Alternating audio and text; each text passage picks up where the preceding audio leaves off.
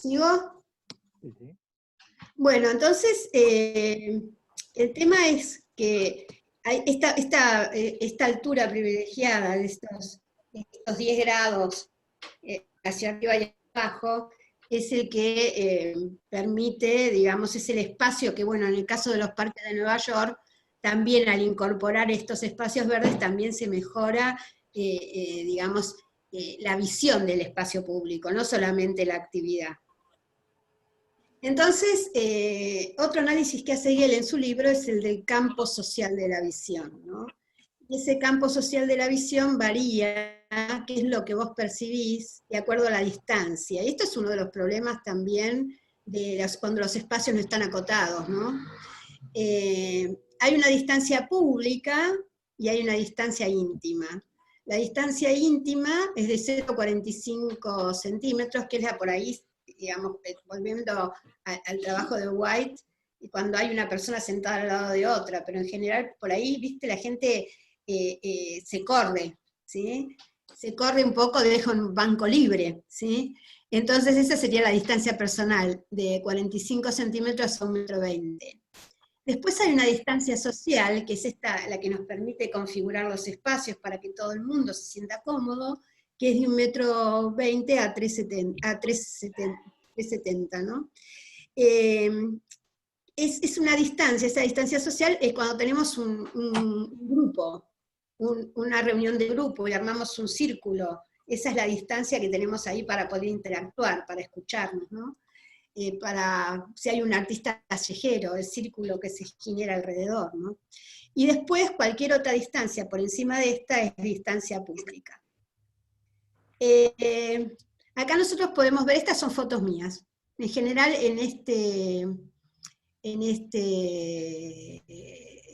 digamos, en esta presentación van a tener fotos del viaje 2017. Esto es una ciudad del este de Europa, del este de Alemania, ¿no? No es Dresden, es Leipzig. Esta es la peatonal de Leipzig, y la verdad que están buenísimos estos espacios que generaron, ¿no? Donde la gente generaron estas especies de esculturas que son a su vez bancos, y que van generando espacios multiuso, ¿sí? La persona está sola, lo usa para charlar. Es un diseño muy particular. Bueno, acá vemos la distancia social, esto es en Berlín. Es muy lindo lo que hace, este es un trabajador, un artista callejero, que toma estas tapas del agua, de los servicios de agua, de desagües, y lo usa como sello. Con esos sellos estampa remeras y estampa, digamos, fundas de almohadones o batiks, ¿no? Para colgar en las paredes. Entonces, todo el mundo alrededor tiene esa distancia que habíamos visto, la distancia social, ¿no? Hay que pensar los espacios para este tipo también, que haya un espacio para las actividades y que se puedan ver cómodamente. Otro de los temas de Hegel es el tema de facilitar la caminata, ¿no? Porque dice, ¿por qué es tan importante la caminata? Que la caminata sea tranquila, sea segura, que la superficie de la caminata no tenga, digamos, disrupciones, que sea peligrosa la superficie sobre la que se camina. A veces uno va a pasear por Puerto Madero, que es simpático el adoquinado, pero el adoquinado realmente es un poco doloroso para las plantas de los pies, ¿no? Hay que pensar un poco sobre qué superficie se camina, ¿no? Entonces, esta frase la tiene el libro de Hegel y es de Kierkegaard, un filósofo danés, que plantea: sobre todo no pierdas tu deseo de caminar. Yo mismo camino diariamente hasta alcanzar un estado de bienestar, y al hacerlo me alejo de toda enfermedad. Caminando he tomado contacto con mis mejores ideas, y no conozco ningún pensamiento cuya naturaleza sea tan abrumadora como para que uno no pueda distanciarse de él andando. Entonces, cuando las premisas con respecto al lugar, que voy a analizar lo diseñal, para Hegel son las siguientes. Primero, si el espacio que voy a diseñar es parte de una red de espacios públicos que conecta flujos peatonales, que vinculan destinos, funciones y otros espacios públicos de fácil acceso. Por otra parte, si el espacio es parte de la jerarquía del espacio público, si tiene identidad, tiene carácter local del distrito, del barrio o de la ciudad toda, ¿sí? Por ejemplo, este que les mostré de la ciudad de Alemania del Este, de Leipzig, lo que tiene de interesante es que es algo nuevo, es innovador, pero no tiene que ver con una identidad local, ¿no? Si refleja el uso previsto. Por otro lado, con respecto al sentido del lugar, si tiene relación con el contexto, y si se respetan aspectos históricos, ¿no? Si tiene que ver con ese genio del lugar, ¿no? El genius loci. ¿Qué? Y Luisa también. Ay, perdón, se me ha abierto el micrófono. ¿Alguna duda? No. Bueno, sigo. El genius loci, esta definición de Schulz, que pertenece a un lugar, que es significativo, que tiene un punto de apoyo existencial y concreta para todos los días. Qué sé yo, en caso de Concepción del Uruguay, no sé, la Plaza Ramírez es un genius loci, ¿no? Es un ancla. Ese lugar es el lugar que concentra la identidad de la ciudad, ¿no? Por otro lado, hay ideologías en el planeamiento que están muy criticadas por él, y que, bueno, ya les comenté el caso de Brasilia, pero Niemeyer siguió con las suyas, y siguió con este tipo de intervenciones. Una de las últimas obras de Niemeyer fue el Centro Cultural Avilés, y fue una donación de un proyecto, que realmente, ustedes ven ahí en la imagen el borde del casco histórico de Avilés en la zona portuaria. Cuando se reconvirtió en una zona portuaria, Avilés le dona, bueno, Niemeyer, el estudio Niemeyer le dona este proyecto para poner en esta zona de reconversión. El impacto general del proyecto realmente hace por lo menos 10 años, no, 12 años que está inaugurado, y no logran que la gente vaya. Son esculturas sueltas, ustedes ahí atrás ven la ciudad, están estas esculturas en un suelo desierto, inhóspito, es como que te desplazás a Marte cuando entras en el sitio, ¿no? Ahí se ve lo que es el tejido urbano, y lo que es esta ciudad de este Centro Cultural Avilés, con estas formas, que son muy inspiradas en su propio código por parte de Niemeyer, pero que realmente no tienen nada que ver con la identidad del sitio. Con respecto a las nuevas áreas urbanas, que cuentan con poca población, aquí lo que plantea Niemeyer es este problema, ¿no? También cuando se va de escala, si nosotros volvemos a la anterior, a esta diapositiva, nosotros tenemos que Avilés es una ciudad pequeña, de unos 200.000 habitantes, en que vienen con este espacio enorme que no logran, digamos, delante de esta forma, hay un escenario, ustedes lo pueden percibir en la imagen de la izquierda, con una gran explanada. ¿Cuánto público debería haber en ese lugar? Y hay actividades con ese volumen de público que en este sitio no se van a dar, ¿sí? Entonces, lo que plantea Gell es tanto espacio para tan poca gente. Esto muchas veces pasa con los espacios descontrolados de los conjuntos habitacionales, bueno, los espacios abiertos de Soldati o de Lugano, que no tienen que ver con la escala de las personas que transitan por ahí. Entonces, la cantidad promedio de habitantes de una casa, la superficie promedio por residente en metros cuadrados, la relación de la superficie construida con el tamaño del lote, el número de viviendas por hectárea y el número de residentes por hectárea. En el 1900, en las viejas áreas urbanas, la cantidad promedio de habitantes por vivienda era de 4. La superficie promedio de metros cuadrados por persona eran 10. ¿sí? La relación de superficie construida con el tamaño del lote era más o menos 2, el 200%. y el número de viviendas por hectárea alrededor de 475. El número de residentes por hectárea, unas 2.000 personas por hectárea.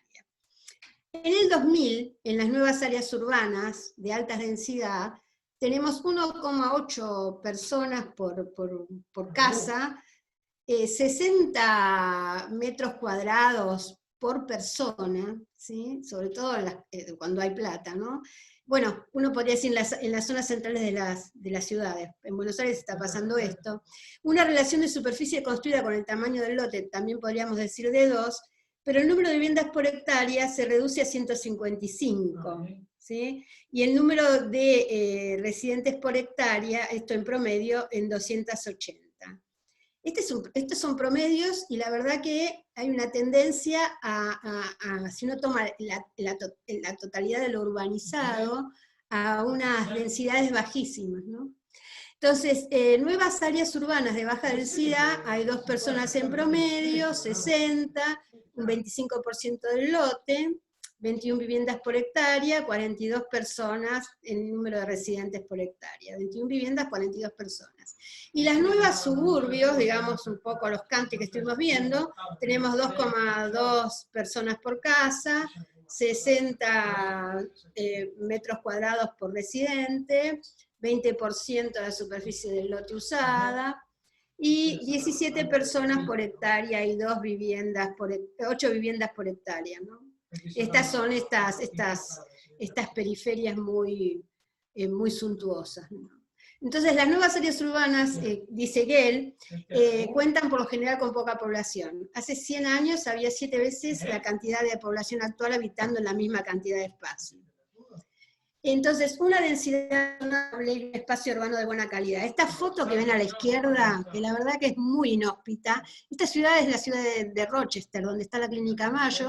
Yo viví ahí 3 meses en el año 2016, estaba en la clínica cuidando a mi hermano, y bueno, este puente, son unos puentes como hace mucho frío en invierno, que se usan uniendo edificios, o son por sótanos, o son subways, o son estos digamos, conectores aéreos.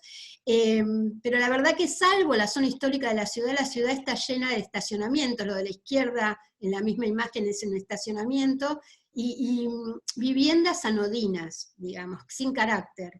Y la verdad que la ciudad es tristísima, ¿no? Salvo lo que queda, lo poco que queda, y que además queda poco y siempre tiene carteles de que va a haber un desarrollo. Entonces yo sufría porque estos lugares lindos de la ciudad histórica, donde por ahí todavía había restaurantes, cervecerías, están prontos a desaparecer, ¿no? Entonces, crear las condiciones para que surja la vida urbana es una cuestión cualitativa y cuantitativa. No podemos aspirar a producir vitalidad solamente con la densidad. Si bien mucha gente trabaja y vive en grandes torres, las calles que las rodean se convierten rápidamente en territorios oscuros y olvidables.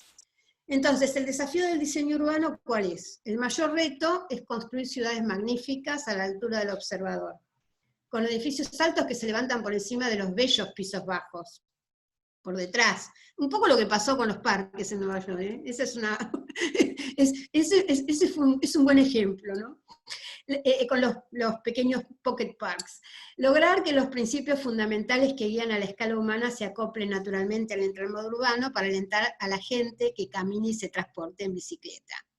Por numerosas razones siempre estaremos necesitados de complejos y de edificios de grandes dimensiones y muchos pisos, pero descuidar y negar la escala humana no puede ser nunca una opción, o sea que esa escala debe ser contemplada. Y a ustedes acuérdense el caso del edificio de Seagram, o de los nuevos parques que se diseñaron en las grandes torres, ¿no?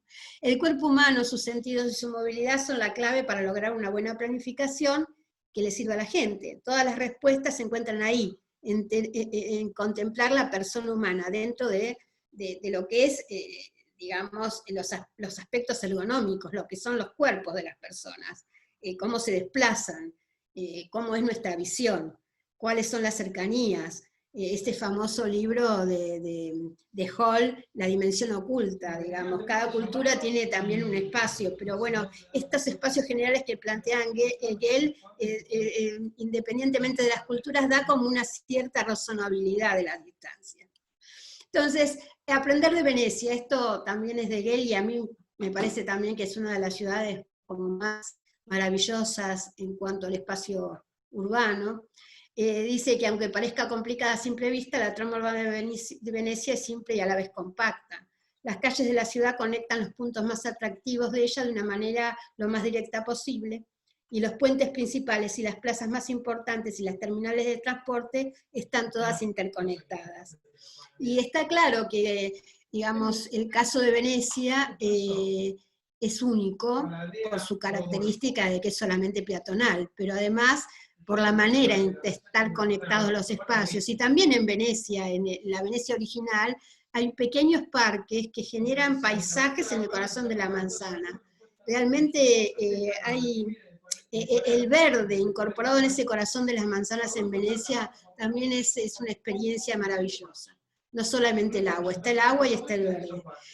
Bueno, a mejores condiciones para la vida urbana, más vida urbana. Esto es Copenhague, ¿no? También es foto mía.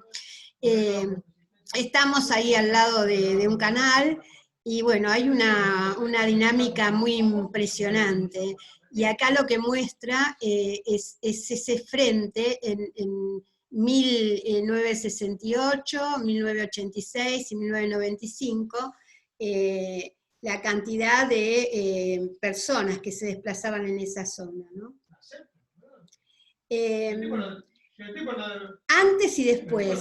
Acá es bastante interesante. Cuando nosotros sacamos el tránsito urbano y damos oportunidades de tener actividades, un poco hay que volver a White, tiene que haber oportunidad de desarrollar actividades, tiene que haber bancos para sentarse, tiene que haber bares, tiene que haber equipamiento, ¿sí? Yo creo que, por ejemplo, la peatonal de Concepción del Uruguay requeriría un rediseño. Podríamos en un momento dado hacer un rediseño de la peatonal, ¿no?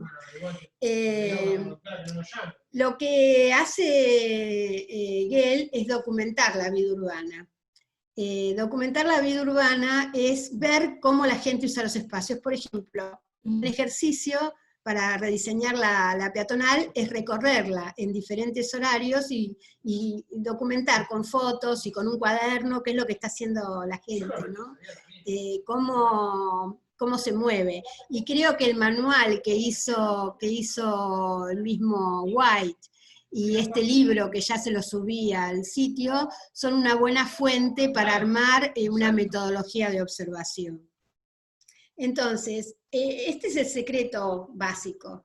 Algo ocurre, porque algo ocurre, porque algo ocurre. Si algo pasa, la gente va a estar ahí, va a mirar, y a su vez la gente va a estar entretenida porque va a estar observando lo que pasa, ¿no? Entonces, una vez que un grupo de niños empiezan a jugar, es probable que más niños se acerquen. Este es el tipo de lógica que se puede aplicar a las actividades de los adultos, ¿no? Las personas buscan a otras personas. Entonces, la vitalidad urbana es multifacética.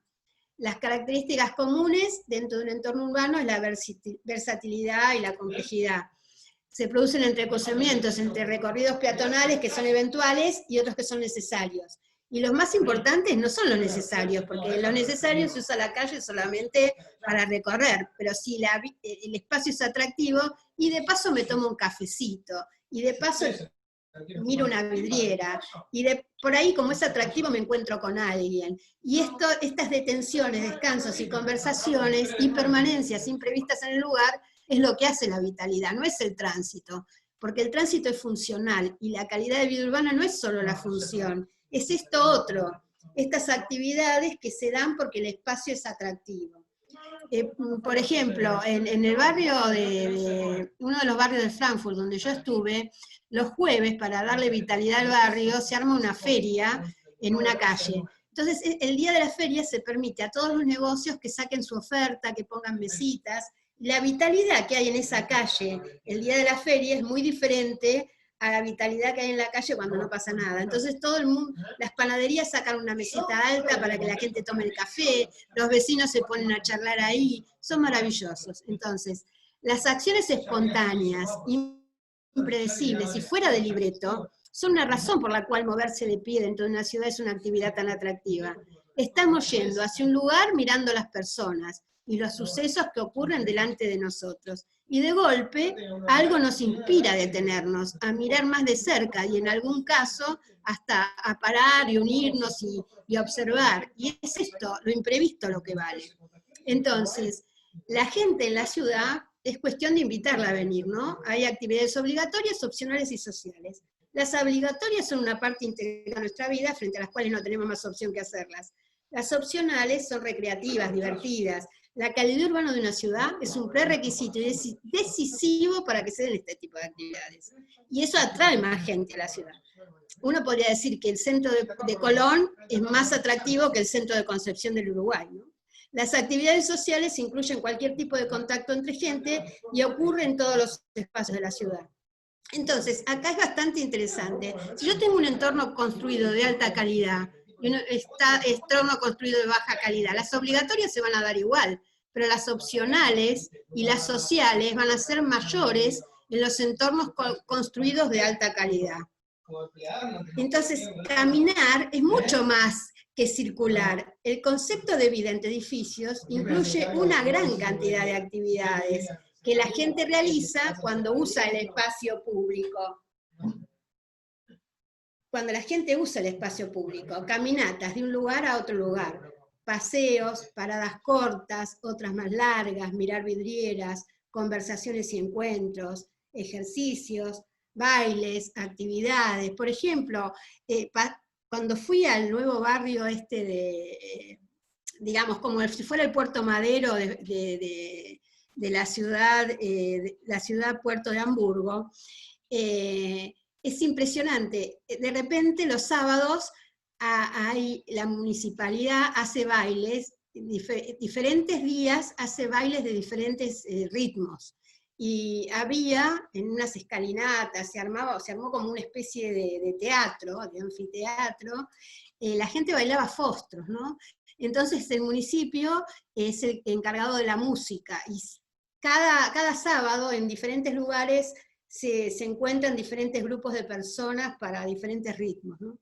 El intercambio, el comercio, el artista callejero, como ahí en Berlín, se ven juegos, espectáculos, y hasta los mendigos. Como dice White, el problema no es el mendigo. El mendigo no es el indeseable del espacio público. El espacio público es el que trafica droga, o el indeseable es la persona que roba en el espacio público.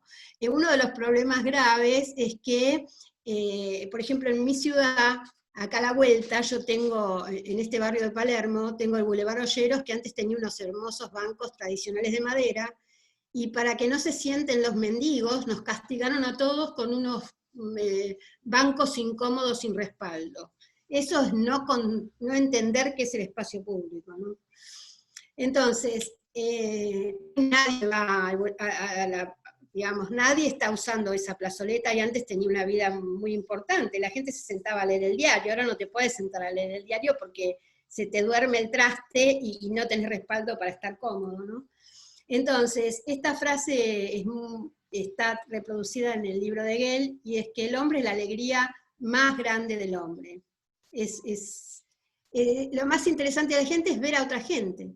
Mirar y escuchar lo que pasa alrededor es la forma más difundida de contacto social que existe. Es también el tipo de intercambio que más puede ser influido por la planificación, el grado de amabilidad de un espacio urbano, como vimos en las placitas de Nueva York y lo que analizó White. A mí me encanta el trabajo de White por eso, por la observación detenida que hizo y las conclusiones que sacó y la guía que generó, va a determinar si generará el atractivo suficiente para que la gente se concentre allí y pueda conocerse.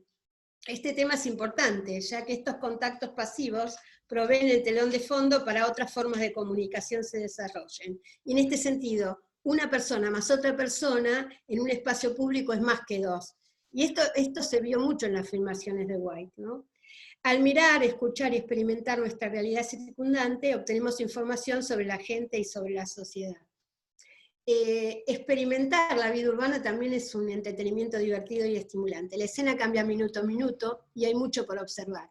Los comportamientos, los colores, las sensaciones, todas esas experiencias están relacionadas con una de las cuestiones más importantes que hacen a la vida, de las personas, son los semejantes, ¿no? Las otras personas. Desde la primera infancia vemos que los bebés se esfuerzan por tratar de mirar lo más posible.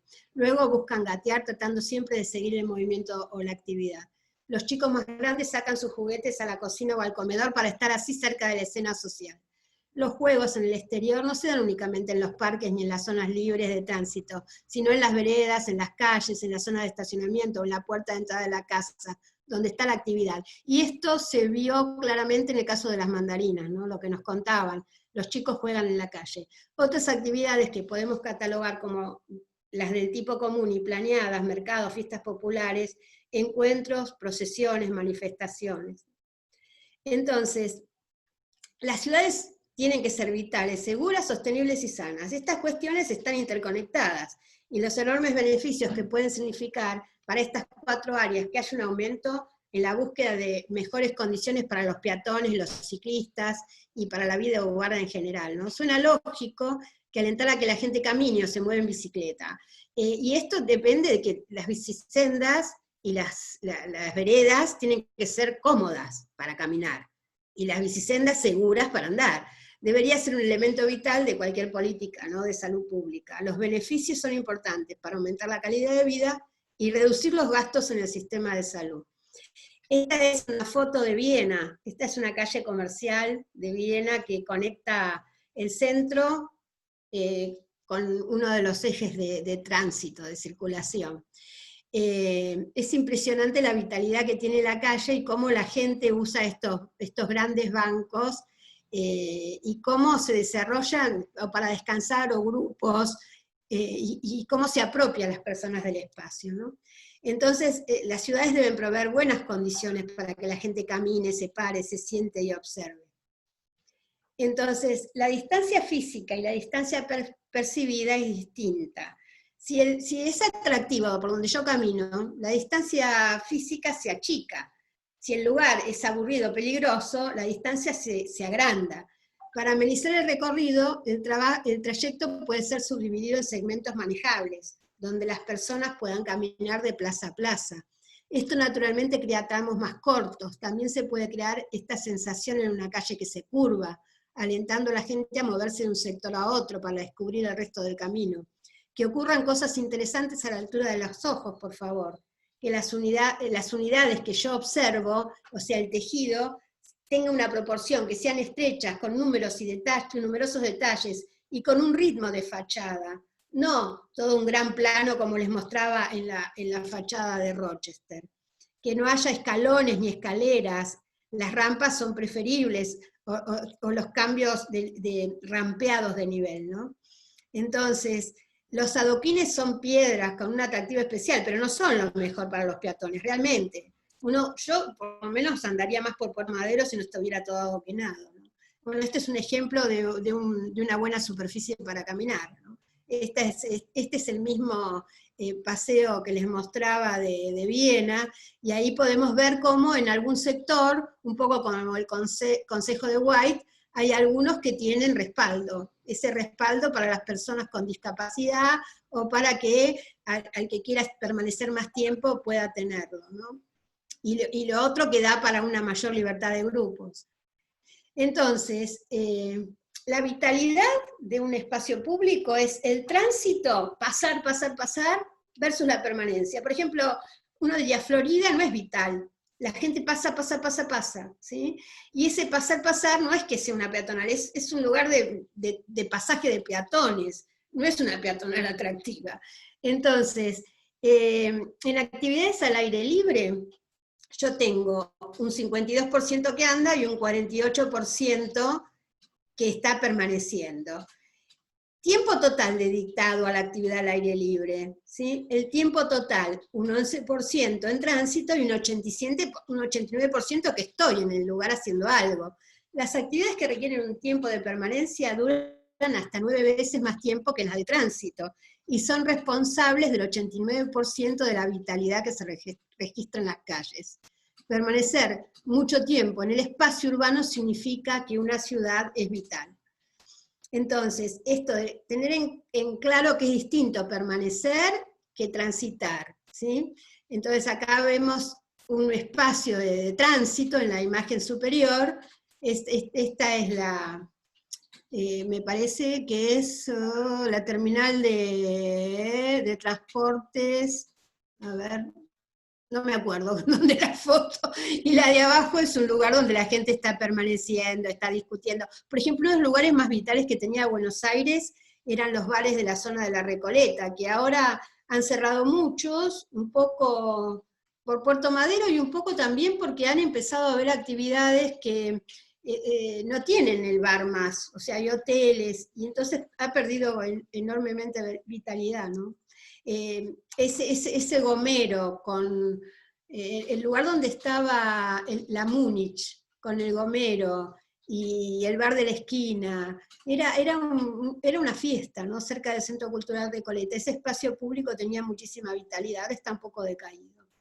Entonces, ¿en dónde el borde es muy importante, porque qué pasa en el borde va a plantear qué está pasando en ese espacio urbano.